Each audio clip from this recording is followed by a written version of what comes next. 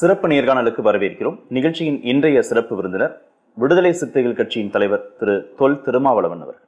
வணக்கம். வணக்கம். 2016 10 ஆண்டுகளுக்கு பிறகு 2026 இந்த தேர்தல் முடிவுகள் கணிக்க முடியாதவை அப்படின்னு பல தளங்களிலும் பேச முடிகிறது. எப்படி பார்க்கிறீர்கள்? ஒவ்வொரு தேர்தலிலும் நாம் முன்கூட்டியே சில யூகங்களை விவாதிக்கிறோம். அந்த யூகங்கள் தேர்தல் முடிவுகளோடு பெரும்பாலும் ஒத்து வருகின்றன. இந்த தேர்தலிலும் அப்படி பலராலும் முன்வைக்கப்படக்கூடிய யூகங்கள், திமுக தலைமையிலான மதசார்பற்ற முற்போக்கு கூட்டணி வலுவாக இருக்கிறது, வெற்றி வாய்ப்பு பிரகாசமாக இருக்கிறது என்பதாகத்தான் இருக்கிறது. தமிழகத்தில் திமுக கூட்டணியை எதிர்க்கக்கூடிய அணி என்று பார்க்கிற போது அதிமுக தலைமையிலான கூட்டணி, அதிமுக, பாஜக, இதர கட்சிகள், பாமக உட்பட அந்த கூட்டணி அப்போது வெற்றி வாய்ப்பை இழந்தது. மீண்டும் அந்த கூட்டணி சிதறிய நிலையில் ஒன்று சேர்ந்திருக்கிறது. அதிலும் பாமக இரு பிரிவுகளாக உள்ள நிலையில் ஒரு பிரிவு பாஜக அதிமுக கூட்டணியில் இணைந்திருக்கிறது. ஏற்கனவே 21 இருந்த தேமுதிக இன்னும் எந்த முடிவையும் எடுக்கவில்லை.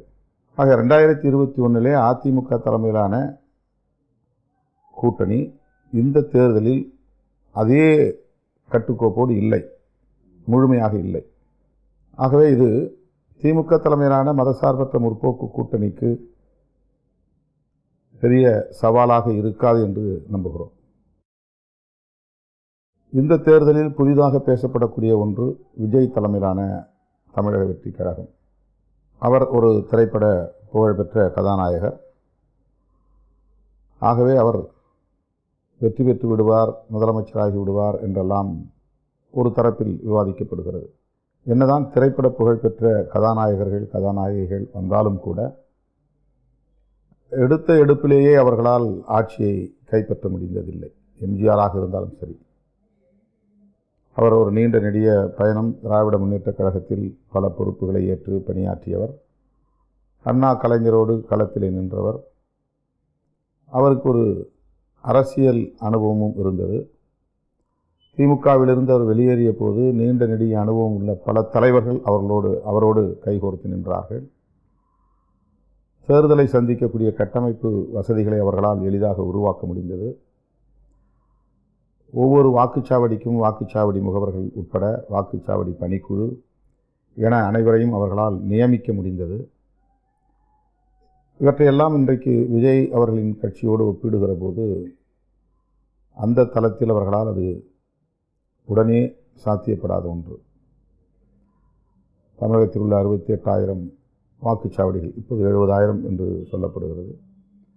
அவ்வளவு வாக்குச்சாவடிகளிலும் வாக்குச்சாவடி முகவர்களை நியமிப்பது, வாக்குச்சாவடி பணிக்குழுவை நியமிப்பது, மக்களை சந்தித்து வாக்குகளை சேகரிப்பது, தமக்கு ஆதரவான வாக்காளர்களை கொண்டு வந்து வாக்குச்சாவடிகளில் சேர்ப்பது போன்ற இந்த நடைமுறை பணிகளில், இந்த மாதிரியான நடைமுறைகளில் எந்த அளவுக்கு அவர்களால் வெற்றிகரமாக இயங்க முடியும் என்று இப்போதைக்கு நம்மால் உறுதியாக சொல்ல முடியாது.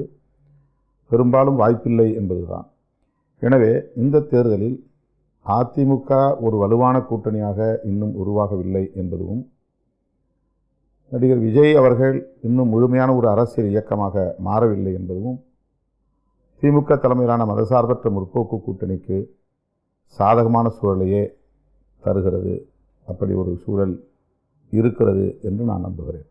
அதே சமயத்தில் திமுக கூட்டணி கட்டுக்கோப்பாக இருக்க வேண்டியது காலத்தின் கட்டாயம் அப்படின்னு நீங்க பேசியிருக்கிறீங்க.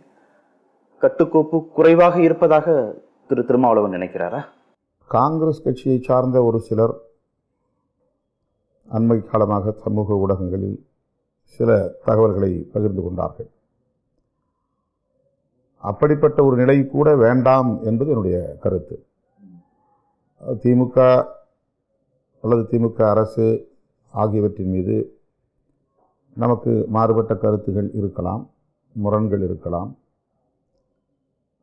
ஆனால் அது நம்முடைய கூட்டணியின் வலிமைக்கு குந்தகம் விளைவித்து விடக்கூடாது என்கிற அந்த பொறுப்புணர்வோடு சொல்லப்பட்ட ஒரு கருத்து. இந்த கூட்டணியின் கட்டுக்கோப்பு சீர்குலைந்து விடும் என்கிற அளவுக்கு பிரச்சனைகள் பெரிதாக இருப்பதாகவும் நான் கருதவில்லை.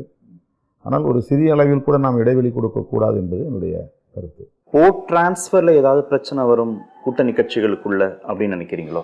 அந்த மாதிரி நான் நினைக்கல. அதாவது இன்றைக்கி இருக்கிற ஒரே ஒரு ஆப்ஷன், இப்போ காங்கிரஸ் அல்லது வேறு விடுதலை சிறுத்தைகள் கூட சொல்லுகிறேன், திமுக இல்லை என்றால் அப்படின்னு சொல்லுகிற போது புதிதாக உருவாகி இருக்கிற தமிழக வெற்றி கழகத்தோடு ஏன் இணையக்கூடாது என்ற கேள்வி எழுகிறது. அதை மையப்படுத்தி பலரும் இன்றைக்கு சமூக ஊடகங்களில் விவாதித்து கொண்டிருக்கிறார்கள். மெயின் ஸ்ட்ரீம் மீடியாக்களில் கூட விவாதிக்கிறார்கள். திமுக தலைமையிலான இந்த கூட்டணி கட்டுக்கோப்பாக இருந்தால் மட்டும்தான் அதிமுகவோடு கைகோர்த்திருக்கிற பாஜகவின் சதி முயற்சிகளை முறியடிக்க முடியும். பாஜக எல்லா அரசியல் கட்சிகளைப் போல ஒரு சராசரியான தேர்தலுக்கான ஒரு அரசியல் இயக்கமாக மட்டும் இல்லை. அவர்களுக்கு ஒரு பெரிய நோக்கம் இருக்கிறது, இலக்கு இருக்கிறது. பிராந்திய அளவில், அதாவது மாநில அளவில் கட்சிகள் வலுப்பெறுவதை அவர்கள் விரும்புவதில்லை. மொழிவழி தேசியம் வளர்ச்சி அடைவதை அவர்கள் விரும்புவதில்லை. தமிழ் போன்ற தொன்மை வாய்ந்த மொழிகள் தமது தனித்துவத்தை பாதுகாப்பதன் மூலம் அவர்கள் விரும்புகிற ஒரே மொழி ஒரே கலாச்சாரத்தை கட்டமைக்க முடியாத நெருக்கடிகள் இருக்கின்றன என்பதனால் அத்தகைய மொழி உணர்வு, மொழி உரிமை போன்றவற்றிலும் அவர்களுக்கு உடன்பாடு கிடையாது. பன்மைத்துவத்தை சிதைத்து ஒருமைத்துவத்தை நிலைநாட்டுவதில் அவர்கள் குறியாக இருக்கிறார்கள். பல மொழி, பல மதம், பல கலாச்சாரம் என்பதெல்லாம் எதிர்காலத்தில் இந்தியாவை சிதறடித்துவிடும். ஆகவே ஒரே மொழி ஒரே கலாச்சாரம், ஒரே மதம் ஒரே கலாச்சாரம் என்கிற அடிப்படையில் இந்த தேசத்தை கட்டமைக்க வேண்டும் என்பதில் அவர்கள் தீவிரமாக இருக்கிறார்கள். அதாவது இந்தியா கட்டுக்கோப்பாக இருக்க வேண்டும், ஒரே தேசமாக இருக்க வேண்டும் என்பதில் யாருக்கும் மாற்று கருத்தில்லை. ஆனால் அவர்கள் விரும்புகிற இந்தியா அரசமைப்பு சட்டத்திற்கு எதிரானதாக இருக்கிறது.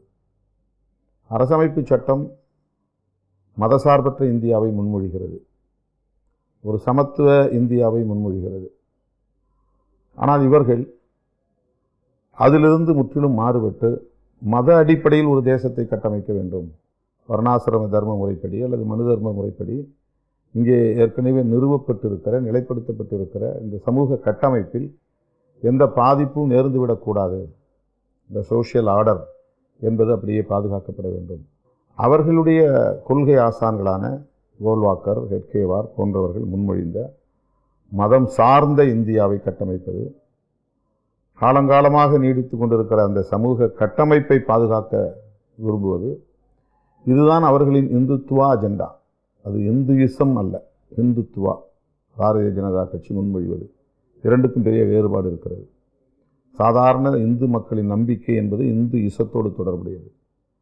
சிவன் பற்றிய நம்பிக்கையோ, மகாவிஷ்ணுவை பற்றிய நம்பிக்கையோ, அல்லது அது தொடர்பான புராண கதையாடல்களை பற்றிய நம்பிக்கையோ, மகாபாரதம், ராமாயணம் போன்றவற்றின் மீதான நம்பிக்கையோ, பகவத்கீதை பற்றிய புரிதலோ, நம்பிக்கையோ, அது இந்துயிசம். ஆனால் பாரதிய ஜனதாவும் ஆர்எஸ்எஸும் முன்மொழியக்கூடிய இந்துத்துவா என்பது அந்த மக்களின், அதாவது இந்து மக்களின் உணர்வுகளை தங்கள் அரசியல் ஆதாயத்திற்கு பயன்படுத்தி கொள்ளுகிற ஒரு செயல் திட்டம். மத உணர்வை பயன்படுத்தி பெரும்பான்மை வாதத்தை நிலைநாட்டி இந்த ஆட்சியை முழுமையாக மாநிலங்களிலும் பாஜக, மத்தியிலும் பாஜக என்கிற நிலையை உருவாக்கி ஒரு தேசத்தை அவர்கள் கட்டமைக்க விரும்புகிறார்கள். அது முற்றிலும் இந்திய அரசமைப்பு, இன்றைய அரசமைப்பு சட்டம் முன்மொழியக்கூடிய முகப்புரையில் சொல்லப்பட்டிருக்கிற சுதந்திரம், சமத்துவம், சகோதரத்துவம் என்கிற கோட்பாடுகளுக்கு நேர் எதிரானது. அரசமைப்பு சட்டத்தை சிதைத்துவிடும் என்கிற கவலையில் இருந்துதான் நாம் விரும்புகிற, அல்லது அம்பேத்கர், பெரியார் போன்ற தலைவர்கள், ஜவஹர்லால் நேரு போன்ற தலைவர்கள் விரும்பிய மதசார்பற்ற இந்தியாவை கட்டமைக்க முடியாமல் போய்விடும் என்கிற கவலையில் இருந்துதான் பாஜகவை நாம் விமர்சிக்கிறோம். ஆகவே அந்த பாஜக அதிமுக தோளில் ஏறி தமிழ்நாட்டில் கால் ஊன்றுவதில் குறியாக இருக்கிறது. தமிழ்நாடு மட்டும்தான் அவர்களுக்கு பெரிய சவாலாக இருக்கிறது. கேரளாவும் ஒரு சவாலாக இருக்கிறது. மற்ற மாநிலங்களில் கூட அவர்கள் இப்படியும் அப்படியும் தேர்தலில் ஒரு முறை வெற்றி பெறுவது, ஒரு முறை தோல்வி பெறுவது என்கிற நிலையில் இருக்கிறார்கள். எனவே இந்த தேர்தலில் அவர்கள் கட்டாயமாக தமிழ்நாட்டை கைப்பற்றிவிட வேண்டும், குறைந்தபட்சம் 2வது இடத்திற்கு அதிமுகவை பின்னுக்கு தள்ளிவிட்டு எதிர்க்கட்சி நாங்கள் தான் என்று காட்டிக்கொள்ளக்கூடிய அளவுக்கான நிலையை எட்ட வேண்டும் என்கிற முயற்சியில் அவர்கள் ஈடுபடுகிறார்கள். அதிமுகவை உருட்டி மிரட்டி கூட்டணியில் இணைய வைத்தார்கள். மேலும் உருட்டி மிரட்டி கூடுதல் இடங்களை கேட்டு பெறுவார்கள். அதன் மூலம் அதிமுகவின் வாக்கு வங்கியை தங்களின் வாக்கு வங்கியாக மாற்றி காட்டுவார்கள். இதுவெல்லாம் தமிழ்நாட்டுக்கு நல்லதாக அமையாது என்கிற கவலையில் தான் நாம் இந்த கூட்டணி, மதசார்பற்ற முற்போக்கு கூட்டணி, கட்டுக்கோப்பாக இருந்து அவர்களை வீழ்த்த வேண்டும், அவர்களின் சதியை முறியடிக்க வேண்டும் என்று விடுதலை சிறுத்தைகள் கருதுகிறது. பாஜக தமிழ்நாட்டில் காலூன்றி விடக்கூடாது, வலுவடைந்து விடக்கூடாது, அதிமுக பாஜக கூட்டணி வெற்றியடைந்து விடக்கூடாது அப்படிங்கிறது பொது நோக்கமாக இருந்தாலும், விரும்பிய தொகுதிகள், விரும்பிய எண்ணிக்கை, கூட்டணி ஆட்சி அப்படிங்கிற நியாயமான எதிர்பார்ப்புகள் திமுக கூட்டணி கட்சிகளுக்கு இருக்கிறதுல என்ன தவறு அப்படின்னு கேட்குறாங்கல்ல. அது தவறுன்னு நாம் சொல்லவே இல்லை. விடுதலை சிறுத்தைகள் கட்சியும் அதே நிலைப்பாட்டை கொண்ட கட்சி தான். கூட்டணி ஆட்சி தமிழகத்தில் வேண்டும் என்பதை 2016 அதற்கு முன்னதாகவே 2015 ஒரு கருத்தரங்கத்தையே எனது தலைமையில் நடத்தியிருக்கிறோம். நீண்ட காலமாக அதை நாங்கள் சொல்லி வருகிறோம். மூப்பனார் தலைமையில் 1999 முதலில் விடுதலை சிறுத்தைகள் கட்சி தமிழ் மாநில காங்கிரஸ் கட்சி தலைமையிலான கூட்டணியில் இடம்பெற்றோம். அப்போதே மூப்பனார் அவர்களுக்கு நாங்கள் விடுத்த வேண்டுகோள் ஆட்சியிலும் பங்கு, அதிகாரத்திலும் பங்கு என்கிற முழக்கம்தான். நாங்கள் அப்போது தேர்தல் அரசியலில் அடியெடுத்து வைத்த தொடக்க காலம். எளிய மக்கள், விளிம்பு நிலை மக்கள் வெறும் வாக்களிக்கக்கூடியவர்களாக மட்டுமே இல்லாமல் தேர்தல் களத்தில் பணியாற்றக்கூடிய பணியாளர்களாக மட்டும் இல்லாமல் அவர்கள் அதிகாரத்தை பகிர வேண்டும், அதிகாரத்தை நுகர வேண்டும் என்கிற எங்கள் விளைவை நாங்கள் கோரிக்கையாக வெளிப்படுத்தினோம். அன்றைக்கு மூப்பனார் அவர்கள் தமிழ் மாநில காங்கிரஸ் பெரிய வெற்றி பெற்றுவிடும் என்கிற நம்பிக்கையில் இல்லை என்றாலும் கூட அந்த கோரிக்கையில் உள்ள நியாயத்தை உணர்ந்து அதை அப்படியே வரவேற்றார். வெளிப்படையாக மேடைகளில் திருமாவளவன் முன்மொழியக்கூடிய இந்த கருத்தை நான் வரவேற்கிறேன் என்று சொன்னார். அது ஒரு பெரிய அங்கீகாரமாக நான் கருதுகிறேன். இப்போதும் அதை எண்ணி பெருமைப்படுகிறேன். அந்த கருத்தை நாங்கள் தொடர்ந்து வலியுறுத்தி வருகிறோம். ஆனால் அதை காரணம் காட்டி ஒரு கூட்டணியின் கட்டுக்கோப்பை சீர்குலைப்பது நம்முடைய எதிர்கால அரசியலுக்கு பயன் தராது என்று நான் கருதுகிறேன். திமுகவே ஒரு கூட்டணி ஆட்சி தொடர்பான நிலைப்பாட்டில் மனமு வந்து அதிகாரத்தை பகிர்ந்து கொள்ள முன்வந்தால் அது இன்னும் இந்த கூட்டணிக்கு வலு சேர்க்கும். கூட்டணியின் வெற்றியை 100 விழுக்காடு உறுதிப்படுத்தும். ஆனால் அதை ஒரு நிபந்தனையாக நாங்கள் முன்வைக்க விரும்பவில்லை. எங்களுக்கான ஆதாயம்தான் எங்களுக்கு முக்கியம், எங்களுக்கு கூடுதலான இடங்கள் தேவை, எங்களுக்கு அதிகாரத்தில் பங்கு தேவை என்பதில் மட்டுமே உடும்பிடியாக நின்றால் கூட்டணியின் நலன்களை நான் பொருட்படுத்தவில்லை என்று ஆகிவிடும். கூட்டணியின் நோக்கத்தை பற்றி எனக்கு கவலை இல்லை என்கிற நிலையும் ஆகிவிடும். எனவே அந்த கூட்டணியில் ஒரு அங்கம் என்கிற நிலையில் கூட்டணியின் நலனும் எனக்கு முக்கியம், எதிர்கால அரசியலும் முக்கியம். இந்த தேர்தலை பொறுத்தவரையில் எங்கள் விளைவு அல்லது எங்கள் விருப்பம் அதிகாரத்தில் பங்கு என்பதாக இருந்தாலும் அதை ஒரு நிபந்தனையாக வைக்க நாங்கள் விரும்பவில்லை. வார்த்தைக்கு வார்த்தை மதச்சார்பற்ற கூட்டணி அப்படின்னு நீங்க பேசுறீங்க. ஆனால் முதல்வர் சமீபத்தில் பேசும்போது என்டிஏ வெர்சஸ் மதச்சார்பின்மை அப்படின்னு இல்லை, என்டிஏ வெர்சஸ் தமிழ்நாடு என்ற இடத்திற்கு அவர் நகர்ந்திருக்கிறார். அதற்கான தேவை இருப்பதாக முதல்வர் கருதுகிறாரா? தேசிய ஜனநாயக முன்னணியை திமுக என்கிற கட்சி மட்டும் எதிர்த்து நிற்கவில்லை, அல்லது திமுக தலைமையிலான மதசார்பற்ற முற்போக்கு கூட்டணி மட்டும் எதிர்க்கவில்லை. ஒட்டுமொத்த தமிழகமே உங்களை எதிர்த்து நாங்கள் நிற்கிறோம். எனவே தமிழ்நாடா தேசிய ஜனநாயக முன்னணியா என்று இந்த போட்டியை நாங்கள் கருதுகிறோம் என்று அவர் ஒரு பரந்த பார்வையில் தான் அதை முன்வைக்கிறார். தமிழ்நாடு என்றாலே சமூக நீதிக்கான ஒரு அடையாளம்தான், தமிழ்நாடு என்றாலே சுயமரியாதைக்கான ஒரு அடையாளம்தான். ஆகவே தமிழ்நாடு வெர்சஸ் என்டிஏ என்று சொல்லி இருப்பது மிகவும் பொருத்தமானது என்று தான் நான் கருதுகிறேன். மதச்சார்பின்மைங்கிறது ஒரு ஹோலிஸ்டிக்கான ஒரு அப்ரோச், தமிழ்நாடுங்கிறது ஒரு ரீஜனல் அப்ரோச், ரீஜனல் ஐடென்டிட்டி. மதச்சார்பின்மைங்கிற ஒரு பெரிய விஷயத்திலிருந்து தமிழ்நாடு அப்படிங்கிற இடத்துக்கு அதை சுருக்க வேண்டிய தேவை இருக்காங்க. இது சட்டப்பேரவை தேர்தல், இது நாடாளுமன்ற தேர்தலாக இருந்தால் தேசிய அளவிலான ஒரு பார்வையோடு இதை நாம் அணுகலாம். ஒட்டுமொத்த தமிழ்நாடு மதசார்பின்மையை கோட்பாடாக கொண்டிருக்கிற ஒரு மாநிலம் என்கிற பொருளில் அதை முன்வைக்கிறார். எனவே சட்டப்பேரவை தேர்தல் என்பதனால் அது பொருத்தமானது. பாஜகவை எதிர்க்கிறோம், இந்துத்துவாவை எதிர்க்கிறோம்னா அதற்கு நேர் கருத்தியல் மதச்சார்பின்மையாக தானே இருக்க முடியும். தேசிய ஜனநாயக முன்னணியை நாங்கள் எதிர்க்கிறோம் என்றாலே அது மதசார்பின்மை என்கிற ஆயுதம் ஏந்தி நின்றுதான். நீங்களா நாங்களா, நீங்கள் ஒரு குழு, நாங்கள் ஒரு மாநிலம், நாங்கள் ஒரு தேசம், நாங்கள் ஒரு ஒரு ஒரு தமிழ் தேசிய இனம்.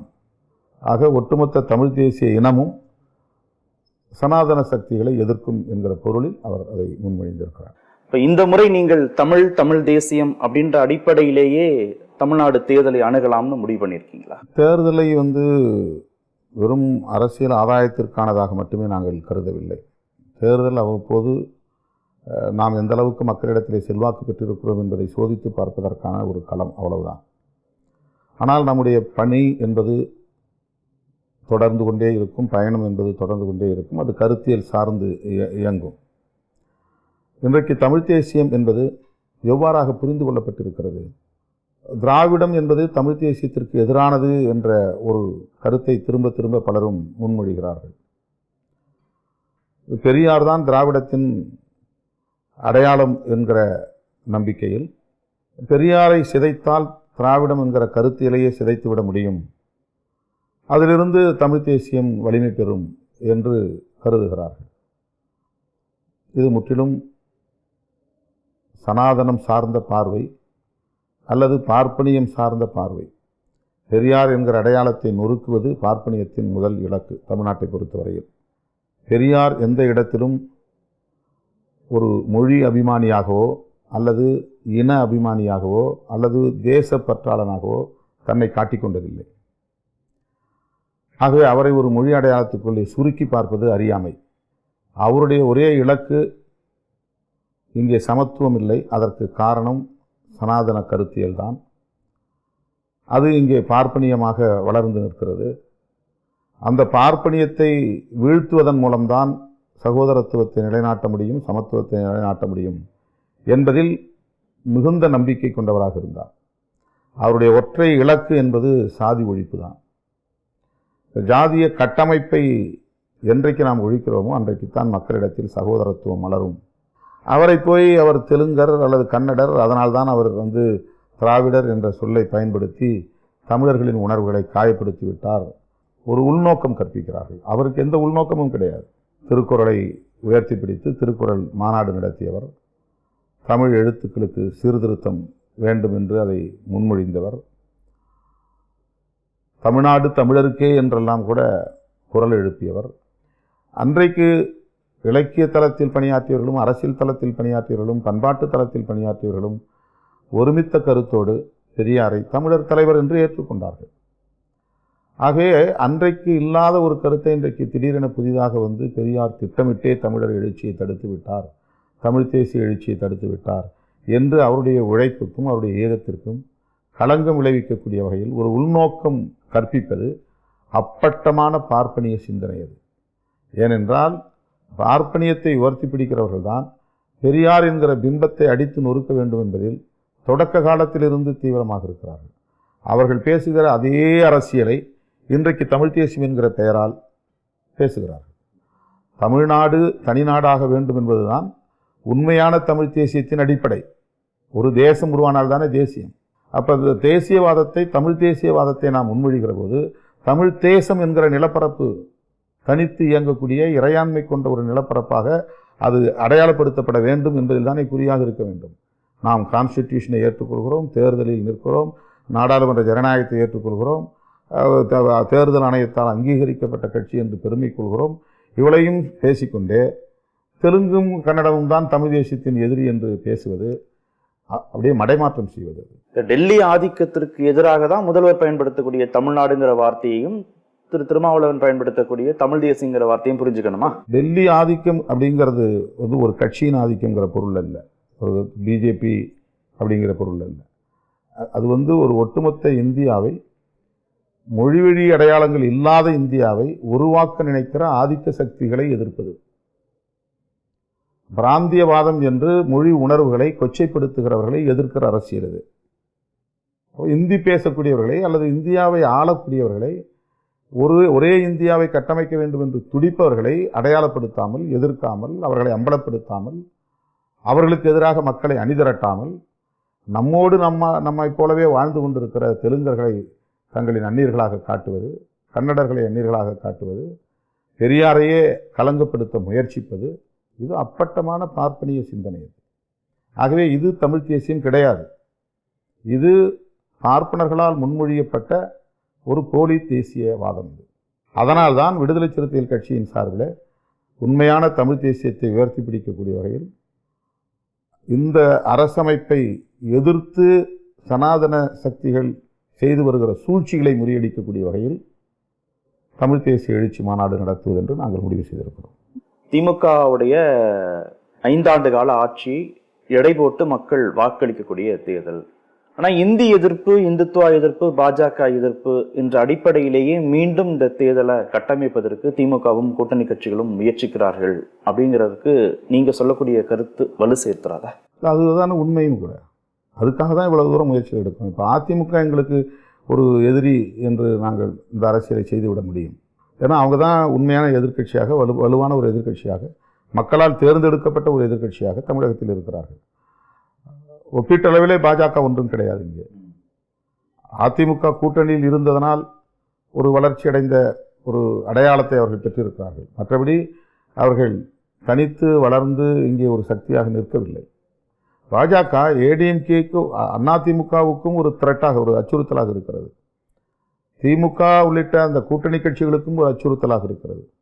ஒட்டுமொத்த தமிழக மக்களுக்கே அது ஒரு அச்சுறுத்தலாக இருக்கிறது. ஆகவே பாஜகவை முன்னிறுத்தி இந்த தேர்தலை நாம் சந்திக்க வேண்டிய கட்டாயத்திற்கு ஆளாக்கப்பட்டிருக்கிறோம். மோடி அவர்கள் அண்மையிலே மதுராந்தகத்தில் நடைபெற்ற பொதுக்கூட்டத்தில் பேசுகிற போது ஒரு வார்த்தை கூட அதிமுகவை பற்றி பேசவில்லை. அது அதிமுக கூட்டணி என்றே சொல்லவில்லை. அது தேசிய ஜனநாயக கூட்டணி என்று சொல்கிறார்கள். இப்போ திமுக கூட நாங்கள் இருக்கிற இந்த மதசார்பற்ற முற்போக்கு கூட்டணி அப்படியே ஒட்டுமொத்தமாக இந்தியா பிளாக் என்கிற அந்த கூட்டணியில் இடம்பெற்றிருக்கிறோம். ஆனால் ஒரு நாளும் நாங்கள் இங்கே இந்தியா கூட்டணி என்று சொன்னதில்லை. நாங்கள் மதசார்பற்ற முற்போக்கு கூட்டணி என்பதைத்தான் அழுத்தி சொல்லுகிறோம். திமுக தலைமையிலான கூட்டணி என்றுதான் திரும்ப திரும்ப சொல்லுகிறோம். ஆனால் அதிமுகவினரால் இது அதிமுக கூட்டணி என்று அவர்களால் சொல்ல முடியவில்லை. அதிமுக தலைவர்கள், அதிமுகவினர் கூட இப்போ அண்மையில் முன்னாள் முதல்வர் எடப்பாடி பழனிசாமி அவர்கள் கூட தேசிய ஜனநாயக கூட்டணி, முதல்வர் பிரதமர் நமக்கு ஆதரவாக இருக்கிறார், தேசிய ஜனநாயக கூட்டணி ஆட்சி இங்கே மலரும் என்றுதான் சொன்னார். டபுள் இன்ஜின் சர்க்காருங்கிறதான இந்த முறை திரு நரேந்திர மோடி வச்ச வாதம், அது எடுபடாதா? வட மாநிலங்களில் ஈடுபட்டிருக்கேன், இங்கே எடுபடாதா? அப்படியெல்லாம் ஒரு சூழல் வந்துவிடக்கூடாது என்பதுதான் நம்முடைய நோக்கம். அதிமுக வெற்றி பெற்றால் அதுதான் நடக்கும். அது இரட்டை என்ஜின் வேகமாக செல்வதற்கு பயன்படும் நாம் என்று கருதுவோம். ஆனால் அது வெவ்வேறு திசை வழியில் பயணிக்கும் என்பதுதான் உண்மை. அது பிஜேபியினுடைய நோக்கம் வேறு, அதிமுகவுடைய நோக்கம் வேறு. அதிமுக என்னதான் நாம் விமர்சனம் செய்தாலும் கூட அது ஒரு பெரியார் பாசறையிலிருந்து உருவான இயக்கம்தான், அல்லது அண்ணா அவர்களால் உருவாக்கப்பட்ட கொள்கை அடித்தளங்களில் இருந்து உருவான இயக்கம்தான். அந்த இயக்கமும் பாஜக என்கிற சனாதன இயக்கமும் கூட்டு சேருவது என்பது எலியும் தவளையும் கூட்டணி அமைத்து கொண்டதைப் போல்தான். ஒருபுறம் தவளை குளத்துக்குள் இழுக்கும், ஒருபுறம் எலி கரைக்கு இழுக்கும் என்ற அடிப்படையிலே இது எலியும் தவளையும் கூட்டணி போல் தான், கருத்தியல் சார்ந்து. இது ஒரு திராவிட இயக்கம் அல்லது பெரியார் இயக்கம். அது முற்றிலும் நேர் எதிரான கருத்தியலை கொண்ட ஒரு இயக்கம். இவர்கள் சேர்ந்து பயணிக்கிற போது யார் வலிமையாக இருக்கிறார்களோ அவர்களின் கட்டுக்குள் தான் அந்த இயக்கத்தின் போக்கு அமையும். அந்த இரட்டை என்ஜினில் ஒரு என்ஜின் வலுவான ஹார்ஸ் பவர் உள்ளதாக இருந்தால் அதுதான், அது போகிற திசையில் தான் மொத்த விமானமும் அல்லது வாகனமும் பயணிக்க வேண்டிய நிலை வரும். ஆகவே அதிமுக குறைந்த ஹார்ஸ் பவர் உள்ள ஒரு என்ஜினாக இருந்து பிஜேபி மிக கூடுதலான ஹார்ஸ் பவர் உள்ள ஒரு என்ஜினாக இருக்கும்போது அது பிஜேபி இழுத்து செல்கிற திசை வழியில்தான் அந்த அரசும் பயணிக்கும் அல்லது அந்த கூட்டணியும் பயணிக்கும். வளர்ச்சிக்கு அதுதானே பயன்பெற்றிருக்கு அப்படின்னு சொல்றாங்க. அது கான்ஸ்டிடியூஷன்லேயே அது சொல்லியிருக்காங்க. கான்ஸ்டிடியூஷன்லே வலுவான மாநில அரசுகளும் அந்த மாநில அரசுகளின் துணையோடு இயங்குகிற ஒன்றிய அரசும் இரட்டை என்ஜின் போல இயங்க வேண்டும். அது கான்ஸ்டிடியூஷனலி ப்ரொவைடட். நமது அரசமைப்பு சட்டமே அதை வலியுறுத்துகிறது. ஆனால் அவங்க அந்த மாதிரி மாநில அரசுகளை மதிக்கிறது இல்லை. அவங்க அவங்களுக்கு எதிரான கருத்துள்ள கட்சிகள் மாநிலங்களை ஆண்டாலும் அந்த மாநிலங்களை வஞ்சிக்கிறார்கள், புறக்கணிக்கிறார்கள். அப்போ அவங்க தான் கான்ஸ்டிடியூஷனுக்கு எதிராக இருக்கிறாங்க. உங்கள் பேச்சிலிருந்து எந்த நிலையிலும் ராமதாஸ் இடப்படக்கூடிய கூட்டணியில் இடம்பெறப் போவதில்லை என்பதை உறுதிப்படுத்தி இருக்கிறீர்கள். அந்த நிலைப்பாட்டில் திமுக எந்த முடிவும் எடுக்காத நிலையில் திருமாவளவனுடைய முடிவில் எந்த மாற்றமும் இல்லை அப்படிங்கிறத உறுதியாக புரிந்து கொள்ளலாமா? பாமகவை திமுக கூட்டணியில் சேர்த்துக் கொள்ளக்கூடாது என்று நான் எந்த இடத்திலும் இப்போது சொன்னதில்லை. எப்போதும் நான் அப்படி சேர்த்துக்கொள்ளக்கூடாது என்று சொல்லுகிற அதிகாரத்தை கொண்டிருக்கவில்லை. திமுக ஆளும் கட்சி, ஏற்கனவே 6 முறை இந்த நாட்டை ஆண்ட கட்சி, தமிழ்நாட்டில் பெரிய வாக்கு வங்கியுள்ள ஒரு கட்சி.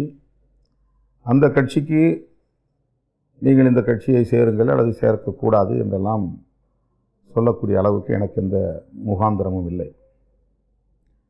ஆனால் எங்களை பற்றி, எங்கள் எதிர்காலத்தை பற்றி நாங்கள் முடிவெடுக்கக்கூடிய உரிமையை பெற்றிருக்கிறோம், அதிகாரத்தை பெற்றிருக்கிறோம். எங்கள் நலன்களை கருத்தில் கொண்டு நாங்கள் ஒரு முடிவெடுக்க எங்களுக்கு சுதந்திரம் உண்டு. இப்போ 2011 தேர்தலுக்கு பிறகு, ஏன் 2011 சொல்கிறேன்னா, 2011 பாமகவும் விசிகாவும் திமுக கூட்டணியில் பயணித்த காலம் அது. அதன் பிறகு அவருடைய நிலைப்பாடு மாறுகிறது. விடுதலை சிறுத்தைகளுக்கு எதிரான பரப்புரைகளை அவர் மேற்கொள்கிறார்.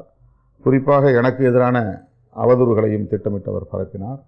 அதையெல்லாம் கூட நாங்கள் கடந்து சென்றுவிட முடியும். ஆனால் சோஷியல் என்ஜினியரிங் என்கிற பெயரில் ஒரு அரசியல் உத்தியை அவர் கையில் எடுத்தார். அதுதான் பிரச்சனை. தேர்தலுக்காக விசிகாவை விமர்சிப்பது, திருமாவளவனை விமர்சிப்பது, அது ஒரு உத்தி, அது ஒரு தற்காலிகமான உத்தி என்று கருதி நாம் போய்விடலாம். ஆனால் சோஷியல் இன்ஜினியரிங் என்பது ஒரு தற்காலிகமான உத்தி அல்ல. அது பிஜேபி கையாளக்கூடிய உத்தி. வெறுப்பு அரசியலை விதைத்து மதத்தின் பெயராலோ சாதியின் பெயராலோ மக்களை பிளவுபடுத்தி பெரும்பான்மையினரின் வாக்குகளை கைப்பற்றுவது. நீண்ட கால பாதிப்பை ஏற்படுத்திடுமா? இல்லை, இது ஒரு நிலையான சமூக பிரிவினையை உருவாக்கும். மதத்தின் பெயரால், அது சாதியின் பெயரால் ஒரு பகை இங்கே நிலைநிறுத்தப்படும். இன்றைக்கி பிஜேபி முஸ்லீம்களுக்கும் கிறிஸ்தவர்களுக்கும் எதிரான வெறுப்பு அரசியலை பயன்படுத்தி இந்துக்கள் பெரும்பான்மையினர் என்கிற பெரும்பான்மைவாதத்தை பேசி அவர்கள் அரசியல் ஆதாயம் தேடுகிறார்கள். அதுதான் அவங்களுடைய சோஷியல் இன்ஜினியரிங். அதனால் எந்த சாதியாக இருந்தாலும் நீ சாதி பெருமையாக இரு, சாதியை ஒழிக்கக்கூடாது, சாதி ஒழிப்புங்கிற சிந்தனையே வரக்கூடாது. அப்போ சாதி பெருமை இருந்தால் தான் இந்துங்கிற மத உணர்வு வரும். இந்துங்கிற மத உணர்வு இருந்தால் தான் இந்த பெரும்பான்மைவாத அரசியலில் அவர்களால் வெற்றி பெற முடியும். இதுக்காக அவங்க ரொம்ப ஆய்வு செய்து ரொம்ப சயின்டிஃபிக்காக சில ஸ்ட்ராட்டஜியெல்லாம் அவங்க கையில் எடுத்துருக்குறாங்க. அதை அவங்க சோஷியல் இன்ஜினியரிங்கிறாங்க. அதே சோஷியல் இன்ஜினியரிங் பாமகவால் 2016 தேர்தலின் போது முன்னெடுக்கப்பட்டது. பெரியார் பார்ப்பனர் அல்லாதார் இயக்கம் கண்ட தமிழ்மண்ணில் இவர் தலித் அல்லாதார் இயக்கத்தை உருவாக்கினார். அது அனைத்து சமுதாய பேர் இயக்கம் எக்ஸப்ட் SC&ST. இது வெறும் தேர்தல் அரசியலோடு தொடர்புடையதல்ல.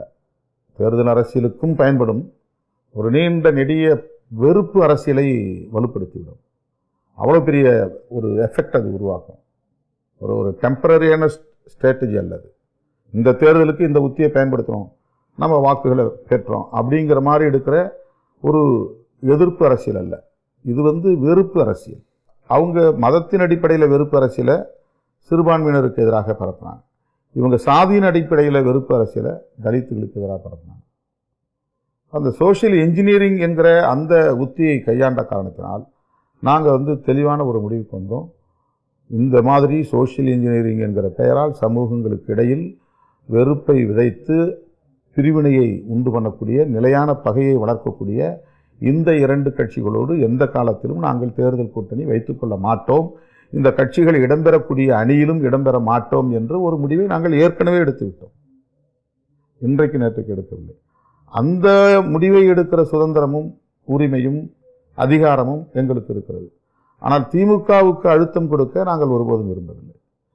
திமுக ஒரு முடிவை எடுத்தால் அது எங்கள் நிலைப்பாட்டுக்கு எதிராக இருந்தால் நாங்கள் அதிலிருந்து, அந்த கூட்டணியிலிருந்து வெளியேறுவதை தவிர எங்களுக்கு வேறு வழி இல்லை. அவ்வளவுதான். இதுதான் எங்களுடைய நிலைப்பாடு. இதில் நாங்கள் எந்த சமரசமும் செய்து கொள்ளவில்லை. அதற்கு காரணம், நாங்கள் அவ்வப்போது வருகிற தேர்தலுக்காக நிலைப்பாடுகளை மாற்றிக்கொள்ளக்கூடாது.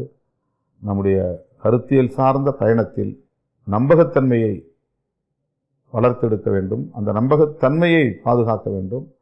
அந்த கிரெடிபிலிட்டி என்கிற நம்பகத்தன்மையை ஒருபோதும் இழந்துவிடக்கூடாது என்கிற அடிப்படையில் நாங்கள் எடுத்த நிலைப்பாட்டில் உறுதிப்பாட்டோடு இருக்கிறோம். அவ்வளவுதான்.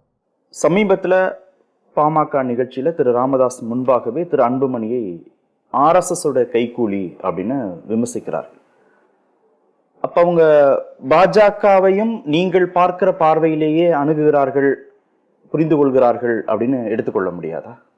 என்னதான் அரசியல் ரீதியாக அவர்களுக்குள் முரண்பாடுகள் இருந்தாலும் கூட ஒரே குடும்பம், தந்தை தனையர், எந்த காலத்திலும் அல்லது எந்த சூழலிலும் அவர்கள் ஒருங்கிணைந்து செயல்படுவதற்கான வாய்ப்பு இருக்கிறது. கருத்தியல் ரீதியாக இந்த பிளவு ஏற்பட்டு அப்படியே இந்த இடைவெளி நீடிக்கும் அதற்கான வாய்ப்பு இருக்கிறது என்று நம்மால் சொல்ல முடியாது.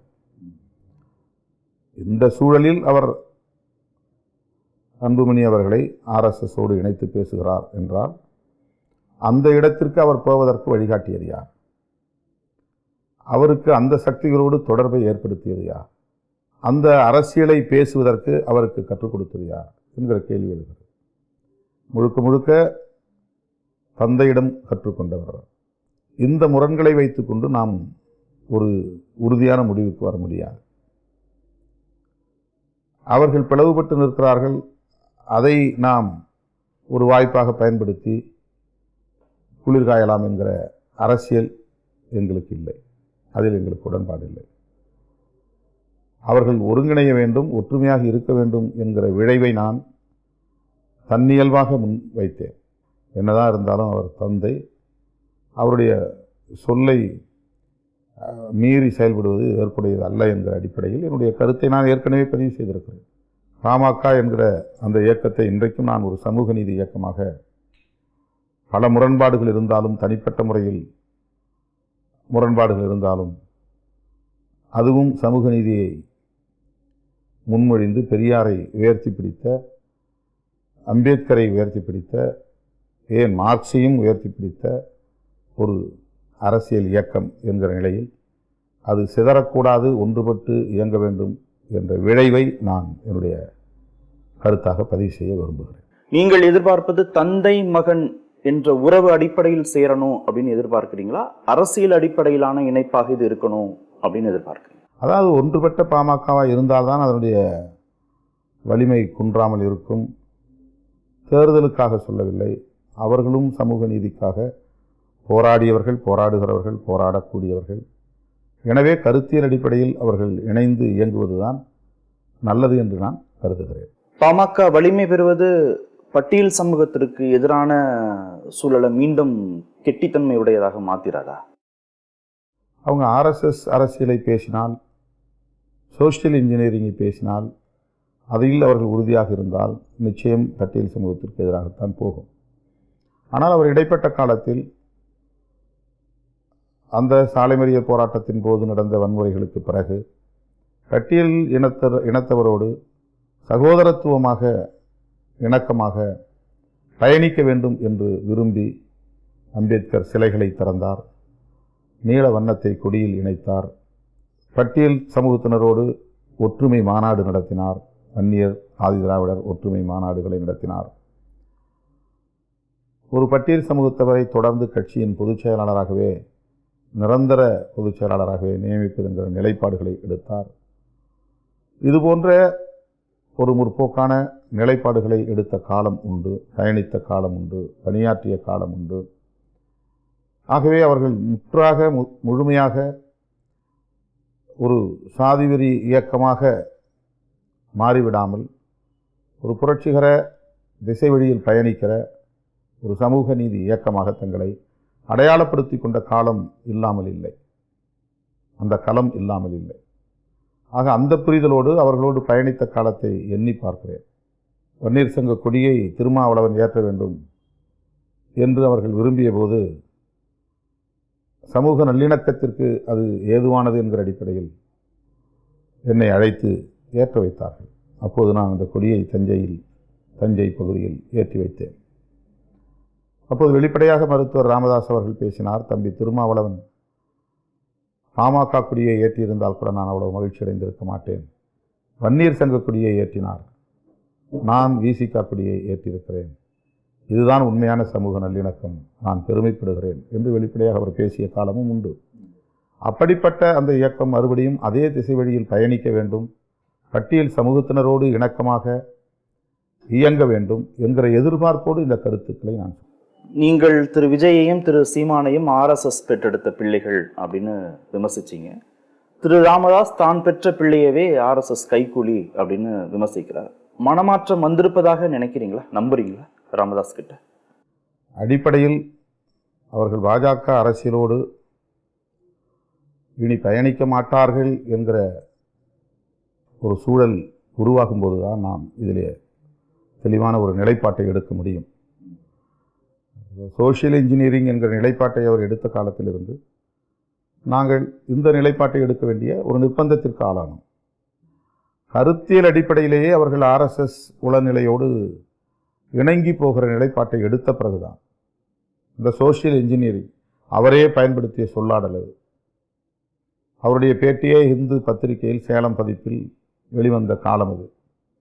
ஆகவே அதன் பிறகுதான் சரி, இவர் முழுக்க முழுக்க RSS மயமாகிவிட்டார், இந்த வெறுப்பு அரசியலை கையில் ஒரு உத்தியாக ஏந்துகிறார், எனவே அவர்களோடு நாம் இனி பயணிக்க வாய்ப்பில்லை என்கிற அடிப்படையில் தான் இந்த நிலைப்பாட்டை நாங்கள் எடுத்தோம். நீங்கள் சொல்லுவது போல ஒரு மனமாற்றம் இருக்குமே, ஆனால் ஒரு காலப்போக்கில் நமக்கு இன்னும் தெளிவாக தெரிய வரும், அப்போது நாம் பேசலாம். நன்றி நிகழ்ச்சியில் பங்கேற்றதற்கு. நன்றி. மீண்டும் சந்திப்போம். நன்றி.